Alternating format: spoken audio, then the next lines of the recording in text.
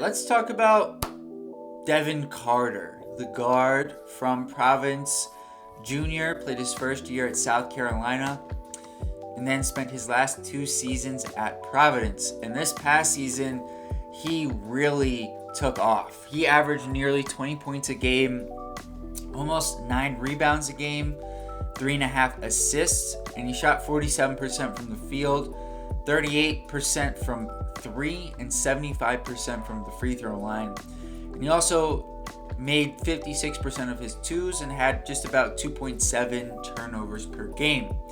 So those are all great numbers, but I think the best numbers to talk about for Devin Carter are these: 1.8 steals per game, 1.0 blocks, 1 block per game at 6'3", 195 pounds. This guy is a tremendous defensive guard, one of the better shot blocking guards that you'll see, period.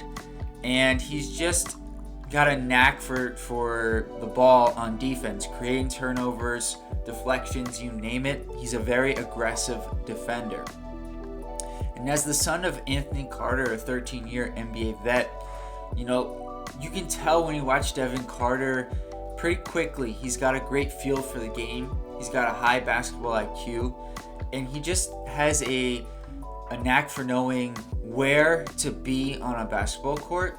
And that shows up not only with the block shots, but also with the rebounding. Again, for a guy who's 6'3", to average nearly 9 rebounds, and it was more than that, slightly more than that in conference play. In fact, most of his numbers went up in conference play, which says a lot, because in conference play, after losing Bryce Hopkins, there was even more pressure put on Devin Carter to produce offensively. And not only did he was also even more efficient. So this guy is a tremendous player who I don't think was talked about enough throughout this season. And I think you're starting to see that a little bit with the mock drafts, where he's been moving up and up the board as the year has gone on.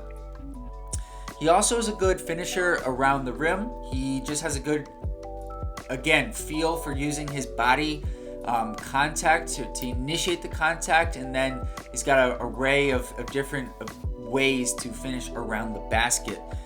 And then also he's got some pretty deep range on his 3. Not necessarily consistently with the range, but he has shown an ability to hit like a 30-foot three-pointer off the dribble.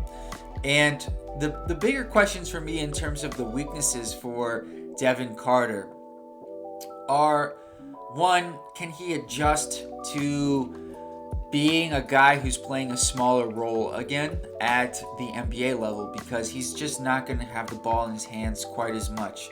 And so can he adjust to focusing on defense and spot-up shooting and off-ball cuts, which was basically going to be how he gets his start at the NBA level. Then after that, he can expand his game from there.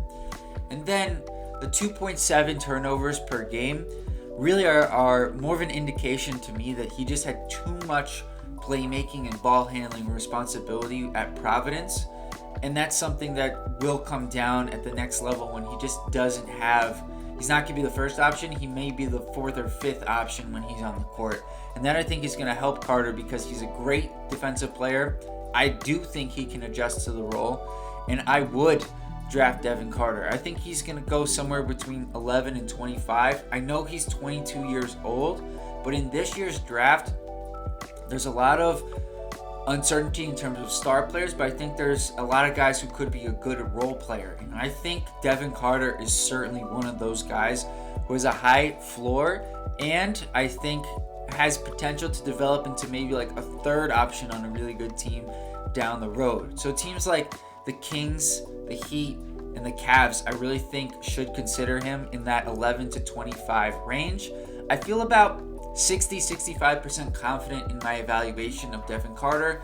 I watched a handful of his games and do feel that his defense is going to be his hallmark calling card at the next level. I'm curious though what you guys think. Let me know in the comments below. Subscribe to the channel for more great NBA content. I'll see you guys next time. Peace.